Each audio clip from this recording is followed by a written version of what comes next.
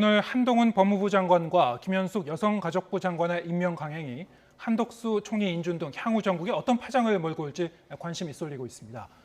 정치가 있는 저녁 정관은 오늘은 김성환 시사평론가와 함께하겠습니다. 어서 오십시오. 네, 안녕하세요. 네, 이 한동훈 장관 임명 과연 할까 싶었는데요. 물론 이제 어느 정도 예상되는 바도 있었습니다만 결국 이제 임명이 강행됐죠. 어제 국회에서는 이제 협치 쪽에 이제 방점을 둔 연설을 했기 때문에 오늘 임명 강행을 하게 되면 그 점이 좀 무색해지지 않을까 싶었는데 임명 강행했습니다. 네. 배경이 어떤 점을 이제 분석해 볼 수 있을까요? 우리 이제 그런 말이 있거든요. 자신감과 오만은 한 끗 차이다. 자신감이 될 수도 있고 오만이 될 수도 있다고 생각하는데요. 뭐 질문하신 거에 먼저 답부터 하자면 5.18 기념식 때문이다라고 생각합니다. 그러니까 어제 초당적 협력을 강조하는 시정연설을 했는데 오늘 만약에 한동훈 후보자 임명 강행하면 네. 그 취지가 무색되는 거 아닙니까? 예. 근데 그럼에도 불구하고 임명을 강행했단 말이에요. 이건 국민 여론을 내 편으로 만들 수 있다는 자신감이 깔려 있는 것 같아요. 예.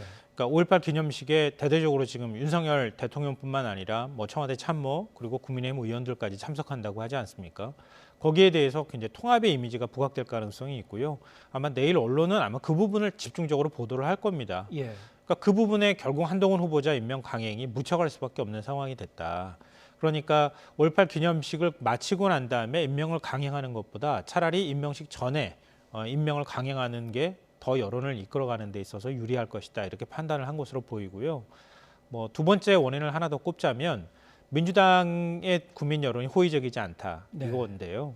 그러니까 결국 성비 문제라든가 이런 것 때문에 민주당의 여론이 좀 나빠지고 있는 상황이잖아요. 정당 지지율도 떨어지고 있는 상황이고, 근데 그런 점이 오히려 임명 강행의 배경이 될 수도 있었을 것이다 이렇게 생각합니다. 네. 오늘 이제 장관 임명과 관련해서는 오늘 아침에 이제 기자들의 질문에 윤 대통령이 어떤 답변을 했는지에도 좀 힌트가 있었던 것 같습니다. 녹취 들어보고 얘기 나눠가겠습니다. 오늘 한동훈 장관 후보자 임명은 절차대로 진행할 계획이신지 궁금합니다. 어제까지 뭐가 안 왔기 때문에 일단 출근해서 한번 검토를 해보겠습니다. 김호영 후보자에 대한 임명 문제는 결정 좀 하셨나요? 글쎄요. 아직 뭐 임명 안 한 장관 후보자가 몇 분 있죠? 좀 더 검토를 해보겠습니다. 대통령 윤대순 비서관에 대해서는 당에서 조금 우려가 나오는데 좀 어떻게 판단하고 계신지 여쭤볼 수 있겠습니까? 다른 질문 없죠? 네, 좋은 하루 보내세요. 네, 지금 뭐 짧게 답변을 했는데 한동훈 장관 임명과 관련해서는 뭐 국회에서 아직 그 청문 보고서가 넘어오지 않았기 때문에 출근해서 이제 보겠다 얘기를 했고요. 뭐 청문 보고서가 왔으면 한번 이제 보겠다. 약간 이제 이 강행에 좀 이 여운을 남긴 거 아니냐 이렇게 해석했는데 진짜 이제 강행을 했습니다, 임명을. 그런데 이제 이 정호영 장관 후보자와 관련해서는 그냥 검토하겠다. 좀 애매하게 답변한 것 같고요. 윤재순 비서관과 관련해서는 답변을 이제 회피를 했죠. 예, 어떻게 보셨습니까? 네, 좀 더 검토해보겠다 이런 말을 저는 조금 더 기다려본 다음에 네. 결정하겠다 이런 뜻으로 좀 해석을 했는데요. 그렇습니까? 예, 왜냐하면 이제 인사청문 경과보고서 재송부 요청을 했잖아요. 예. 오늘은 이제 마지막 날이었기 때문에 임명을 강행한다고 하는 여론이 높기는 했지만 5.18 기념식에 참석하는 가장 큰 의미가 통합이잖아요. 네. 근데 협치를 얘기를 했었고 이제 초당적 협력을 얘기한 상황에서 5.18 기념식을 앞서 제가 국민 여론에 좀 더 유리한 환경이 조성될 것이라는 것 때문에 임명을 강행했다고 말씀드렸잖아요. 예. 정반대로 얘기하면 통합이라는 이미지가 무색해질 수도 있는 겁니다. 네. 그러니까 그래서 오만과 자만은 한 끗 차이다 제가 이렇게 말씀을 드린 거거든요. 예. 근데 정호영 후보자와 관련돼서는요. 관심 바뀌었어요. 좀 냉정하게 표현하면 국민의힘에서도 이미 낙마할 것이다 이렇게 예상을 했었고요. 네. 민주당에서도 이건 지렛대로 활용할 수 없는 후보자다라고 판단을 했던 겁니다. 결국은 마지막 남은 후보자는 한동훈 후보자일 수밖에 없었던 거예요. 네. 그러니까 그 변수가 될 만한 한동훈 후보자를 윤석열 대통령이 그걸 뻔히 알고 있는 거 아니겠어요? 예. 그 변수를 이미 제거해버린 상황이 됐잖아요. 이제 한독수 국무총리 후보자밖에 남지 않은 상황이 된 거예요. 그러니까 정호영 후보자는 결국 본인이 자진 사퇴 의사가 없다는 게 더 강했기 때문에 그동안에 자진 사퇴를 안 한 모양이 된 거예요. 어찌 보면. 네. 그러니까 윤석열 대통령 입장에서는 이번에 임명을 하지 않음으로 인해서 그동안에 대통령 뜻을 내가 보고 난 다음에 판단하겠다. 만약에 정호영 후보자가 계속 그런 입장을 취해오고 자진 사퇴를 거부하고 있었다고 하면 자진 사퇴 그냥 하십시오라고 하는 메시지를 던진 것이다. 그러니까 정호영 후보자는 이제는 뭐 민주당에서도 관심을 둘 만한 사안이 아니다 이렇게 보입니다. 결국 한덕수 후보자 문제로 모든 관심이 다 집중될 수밖에 없을 거라고 보입니다. 네.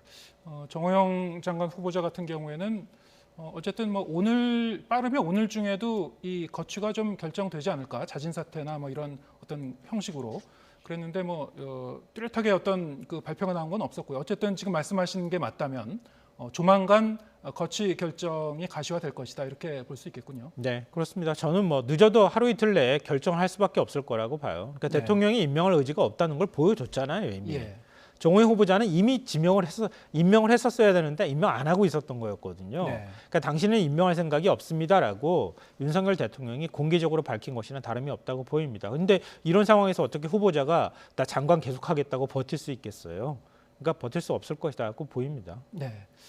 어쨌든 지금 상황에서는 민주당은 이제 거세게 반발하고 있고 총리 인준 문제와 관련해서 어떻게 이제 대응할 것인가 이제 이게 관심인데 사실 이제 이 한덕수 총리 후보자의 이제 인준과 관련해서 민주당이 어느 정도까지를 이제 필요 충분 조건으로 생각하고 있는 건지 그게 좀 명확하지 않은 지점이 좀 있었던 것 같습니다. 이를테면은 정호영 후보자 정도 이 거취를 정리하면은 총리 인준은 받아들일 수 있는 건지 아니면 애초에 한동훈 장관 임명도 도저히 받아들일 수 없다. 그러면은 장관 임명하게 되면은 총리 인준은 불가능하다 이런 입장이었는지 좀 그 내부 의견이 좀 엇갈리는 것 같습니다. 네, 좀 의견은 엇갈렸고요. 한동훈 네. 후보자의 경우에 민주당에 또 인연이 있는 인사들이 적지 않잖아요. 예. 그런 상황에서 막무가내로 반대하기는 어려웠을 거예요. 그동안에 이제 여러 가지 고민이 있었던 거였거든요.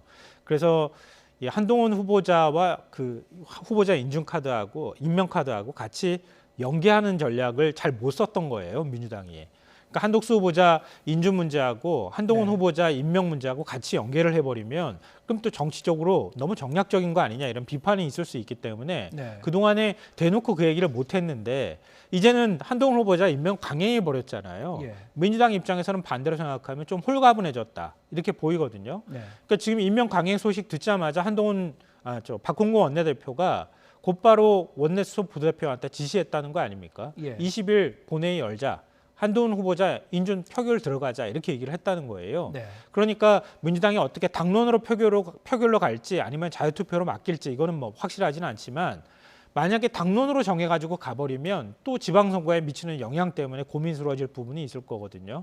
그러니까 제가 볼 땐 자유투표 쪽으로 조금 가깝게 가지 않을까 이렇게 생각을 합니다. 네, 지금 이 문제를 마침 얘기하고 있었는데 속보가 들어왔습니다. 여야가 20일 금요일이죠. 금요일 본회의 개최를 합의를 했고요. 20일 본회의에서 한덕수 국무총리 인준안을 표결하기로 그렇게 결정을 했습니다. 자, 이렇게 되면은 뭐 어차피 이제 이 인사안건이니까 비밀 투표 아닙니까? 네, 뭐 당론으로 결정하건 아니면 자유투표에 붙이든 간에 이제 표결을 통해서 이제 이 결과를 봐야 될 건데 어떻게 그 결과 어떻게 예측하시는지요? 뭐 저는 부결이 될 가능성이 더 높다고 보여요. 예. 왜냐하면 민주당이 만약에 국회 과반 의석을 겨우 넘는 수준이라고 하면 예. 그러면은 당내 반발표가 나올 가능성이 있거든요. 그러니까 반란표 나온다 하더라도 지금 상황에서는 의석이 168석이나 되기 때문에 예. 반란표가 나온다 하더라도 부결될 가능성이 높다 이렇게 네. 보이는데요. 다만 이제 민주당은 고민에 계속 빠질 수밖에 없어요. 그러니까 타이밍을 놓친 거예요, 민주당은. 그러니까 예를 들면 정호영 후보자만 가지고 얘기를 했다고 하면 그 카드만 일단은 먼저 보여주면 그러면 한덕수 국무총리 후보자 인준 표결 들어가겠다 이런 태도를 취해왔으면 빠져나갈 구멍이 있는데 네. 민주당은 지금 빠져나갈 구멍이 별로 없어요. 그냥 표결로 들어갈 수밖에 없는 상황이 돼버린 겁니다. 예. 그러니까 그 사이에 성비위 문제도 터졌죠. 네. 민주당한테 안 좋은 악재들이 계속 나왔단 말이에요. 네. 민주당이 적극적으로 싸우기도 참 어려운 상황이 됐단 말입니다. 예. 그러니까 민주당 입장에서는 더 여기서 만약에 한덕수 후보자 인준에서 부결을 하게 될 경우에는 정치적 부담감이 훨씬 더 커지는 상황 쪽으로 갈 수밖에 없을 거예요. 예. 그러면은 한덕수 후보자 인준 그냥 통과시켜 줘야 되는 상황이잖아요. 네. 근데 반대로 생각하면 너무 맥없는 야당이 돼버리잖아요. 민주당 입장에선. 지금 벌써 장관 6명 임명 강행했습니다. 네. 문재인 정부 내내 한 30명 정도 장관 임명 강행했다. 뭐 장관뿐만 아니라 여러 그 국회 인사청문회 통과하는 사람들 다 합쳐서 30명 조금 넘는다고 얘기하거든요. 근데 윤석열 정부에서 벌써 6명 장관 임명 강행했습니다. 나중에 가서 몇 명 더 이렇게 이런 게 될지는 모르는 상황이거든요. 근데 싸워야 될 야당이 무기력하게 그냥 쳐다만 보다 끝났다? 이거 굉장히 지지자들 입장에서 용서가 안 되는 거거든요. 네. 그러니까 그 사이에서 민주당은 더 적극적으로 싸워야 되는가 말아야 되는가 이걸 가지고 골머리를 알 가능성이 굉장히 높다 이렇게 보이는데요. 일단 현 상황에서 네. 앞서 제가 말씀드렸던 것처럼 초당적 협력을 얘기하자마자 바로 하루 뒤에 임명 강행했고 5.18 기념식 앞두고 있는 상황에서 임명하고 이런 상황에서 민주당은 어쩔 수 없는 선택으로라도 싸워야 한다. 예. 이런 여론이 당내에선 더 많이 나올 가능성이 있다 이렇게 보입니다. 예. 그러니까 자유투표로 간다고 하는 거는 지방선거를 겨냥해서 정치적 부담감을 덜기 위한 전략일 수 있지만 결국 부결하는 방향 쪽으로 쏠려갈 가능성이 굉장히 높다 이렇게 생각합니다. 부결 쪽 가능성이 훨씬 높다 이렇게 진단을 해주셨고요. 물론 이제 뚜껑을 열어봐야 알겠습니다만, 자, 지금 말씀하신 대로 이제 이 민주당 특히 민주당을 비롯해서 뭐 정치권의 이 성비위 논란이 커지고 있고요. 민주당 같은 경우에 이제 박원조 의원 제명 처리했습니다만, 과연 이 정도 선으로 충분하느냐 뭐 이런 논란도 있는 것 같아요. 국회 윤리특위에 이제 바로 제소는 안 했거든요. 어떻게 보십니까? 국회 윤리특위 제소도 안 했죠. 수사 의뢰도 곧바로 하지 않았죠. 예. 그러니까 민주당이 무능력하다고 비판받는 이유가 바로 그런 것 때문입니다. 네. 그러니까 이전에 민주당이 뭐 박원순 고 박원순 서울시장 문제, 뭐 안희정 전 충남지사 문제 이런 일들을 계속 겪어오면서 예. 그게 결국 국민을 돌아서게 만드는 원인이 됐다는 걸 잘 알고 있었던 거 아니에요. 네. 그래서 전 송영길 전 대표가 공개적으로 사과를 하기도 하고 그랬던 상황이었단 말이에요. 예. 근데 당내 성비 문제가 그것도 의원이 한 문제가 터졌단 말이에요. 네. 그러면 기왕 똑같이 조치를 제명을 취할 그 판단을 했다고 하면은 뒷말이 안 나오는 방향으로 정리를 했었어야죠. 예. 더 단호한 모습을 보였어야지. 그래야 악재가 나온다 하더라도 그 악재가 더 커지지 않는 방향으로 나갈 텐데 뒤가 미적미적하는 모습들이 나온단 말이에요.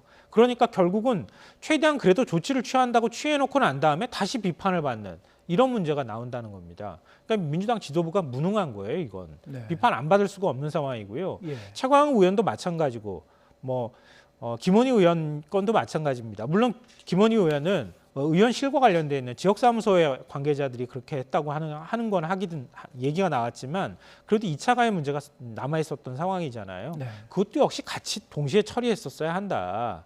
그렇게 했었어야 더 민주당이 단호하게 처리하지 못했다고 하는 비판 여론이 안 나왔을 텐데 그런 문제를 합리적인 판단이라고 하는 그 민명화에 자꾸 밀어둔단 말이에요. 그러니까 결국 이게 문제를 더 키우고 여론을 나쁘게 가는 방향 쪽으로 가고 있다.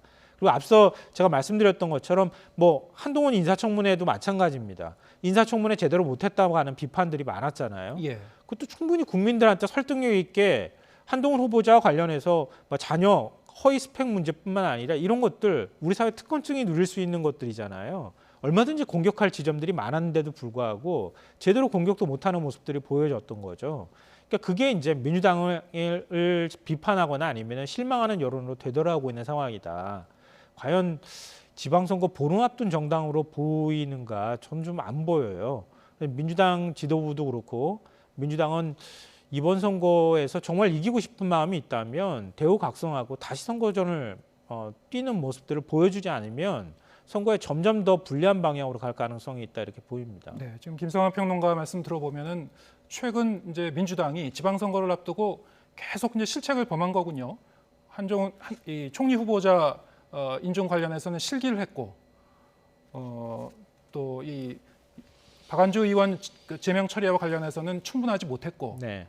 예, 뭐 이 한동훈 후보자 인사청문회와 관련해서는 좀 헛발질한 측면이 있고, 자 이게 뭐 악재가 이제 겹쳐서 이게 지방선거에 뭐 상당히 좀 그 악영향이 있을 것 같은데 어떻게? 세간에는 그런 생각하시는지요? 얘기 하는 거예요. 지방선거 민주당 포기한 거 아니냐. 뭐 네. 이런 얘기까지 한단 말이에요. 그것도 예. 지지자들 입에서 그런 얘기가 나온다는 거죠. 네. 이른바 뭐 검수완박, 뭐 여러 가지 용어를 사용하고 있지만 그 법안 처리하는 과정에서도 국민 여론을 충분히 이끌고 가는 능력을 보여주지 못했던 거 아닙니까? 그게 정말 필요한 사안이라고 하면 국민들을 설득하는 작업을 같이 병행하면서 얘기를 했었어야 하는데 네. 갑자기 꺼내놓고 난 다음에 그냥 통과시켰단 말이에요. 네. 그 과정에서 국민의힘이 물론 국회의장 중재안을 합의 파기하는 모습들을 보이긴 했지만 결국 그 책임이 민주당 쪽으로 돌아가는 현상이 나타났단 말이에요. 예. 그 이후에 앞서 뭐 지적하셨던 것처럼 계속 민주당이 뭔가 유능하게 잘하는 모습들을 못 보여준 거예요.